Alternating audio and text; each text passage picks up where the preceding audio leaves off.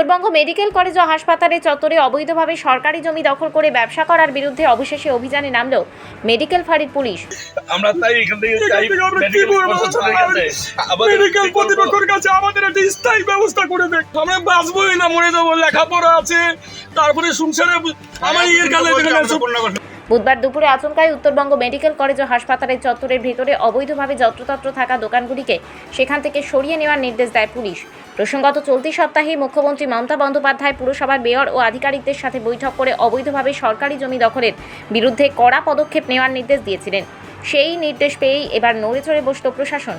এদিন প্রশাসনের তরফে ব্যবসায়ীদের সতর্ক করে দেওয়া হয় যাতে আগামী দিনে তারা ওই জায়গায় অবৈধভাবে ব্যবসা না করে। অন্যদিকে একইভাবে মুখ্যমন্ত্রী নির্দেশ পাওয়ার পর শিলিগুড়ির মাটিগাড়া এলাকার একটি শপিং মলের সামনে দীর্ঘদিন ধরে অবৈধভাবে সরকারি জমির উপরে ব্যবসা করার বিরুদ্ধে অভিযানে নামল মাটিগাড়া থানার পুলিশ। যথাযথভাবে থাকা দোকানগুলিকে সেখান থেকে সরিয়ে দেওয়া হয়।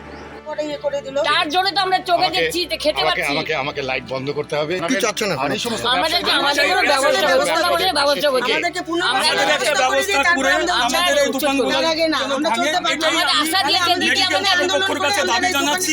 দিদি আমাদের আশা দিয়েছে আমাদের পুনর্বাসন দিবে, আমাদের কোনো ব্যবস্থা করে দিবে। সেই আশাবাসে আমরা রয়েছি। 10 বছর এখানে নিয়েছে ফেলেছে আমাদের।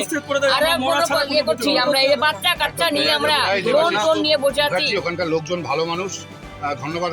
এই দাবি দিদির কাছে, যদি কোনো ব্যবস্থা পুনর্বাসন যদি না করে দেয় তাহলে আমরা এতগুলা পরিবার একদম শেষ হয়ে যাব, মরে যাব। কি করবো, কোথায় একদম মরে যাবো। এরকম পরিস্থিতি আছে, এমন পরিস্থিতিতে আছি আমরা, লোন ফোন নিয়ে আছি এইখানে।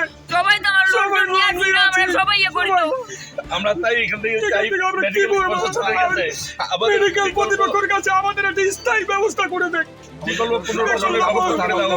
আমরা তো মায়ের ওপরে সব মেয়েদের দোকান করে শোরুমে থাকি আমরা।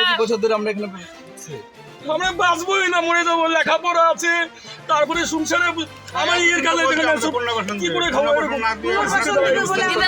আশা দিয়ে রাখছি। আপনার ভাষা শুনলেন। আর মুক্তার খান, আপনি যেটা বলছেন সেটা হয়তো কিছুটা হলেও সঠিক, যেখানে জিনিসপত্রের দাম একটু বেশি।